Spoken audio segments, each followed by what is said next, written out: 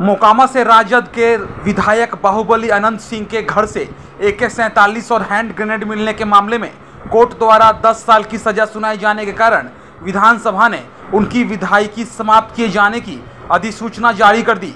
Arms मामले में उन्हें कोर्ट ने 14 जून को ही दोषी करार दिया था। इसके बाद 21 जून को MP MLA कोर्ट के विशेष न्यायाधीश ने उन्हें 10 साल की सजा सुनाई थी। प्रावधान के अनुसार 2 साल या उससे ऊपर की सजा मिलने के बाद विधायकी समाप्त हो जाती है। विधानसभा ने सजा की तारीख 21 जून से सदस्यता समाप्त कर दी है। इसके बाद राजद के पास अब एक विधायक घट जाने से 80 की बजाय अब 79 विधायक हो गए हैं। अनंत मोकामा से लगातार 5 बार से विधायक का चुनाव जीतते रहे हैं। 2 सप्ताह पहले राजद ने ओवैसी की पार्टी AIIM के 4 विधायकों को तोड़कर राजद में शामिल कर लिया था। इसके बाद राजद के विधायकों की संख्या बढ़कर 76 से 80 पहुंच गई थी, लेकिन अनंत सिंह के सदस्य जाने के बाद यह संख्या घटकर 79 हो गई है। हालांकि इसके बावजूद राजद बिहार विधानसभा में सबसे बड़ी पार्टी के रूप में बरकरार है। विधानसभा चुनाव 2020 में राजद के 75 विधायकों की जीत हुई थी।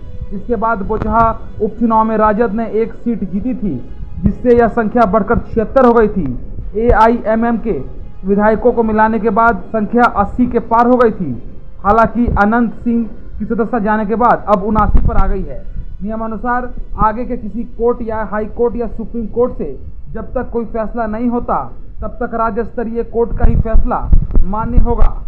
इसलिए अब बिल्कुल तय माना जा रहा है कि चुनाव आयोग इस सीट पर उपचुनाव करा सकता है। मोकामा से राजद किसे उम्मीदवार बनाएगा, इसे लेकर कोई संशय नहीं है। राजद के प्रवक्ता बताते हैं कि अनंत सिंह जिन्हें उम्मीदवार बनाना चाहेंगे वही राजद का उम्मीदवार होगा। मोकामा सीट पर उपचुनाव में राजद की ओर से अनंत सिंह की पत्नी नीलम सिंह उम्मीदवार हो सकती हैं। 2019 का लोकसभा चुनाव नीलम देवी ने मुंगेर लोकसभा क्षेत्र से लड़ा था, लेकिन जदयू के ललन सिंह से चुनाव हार गए थे। अपने इलाके की खबरों को जानने के लिए युवा शक्ति चैनल को सब्सक्राइब करें।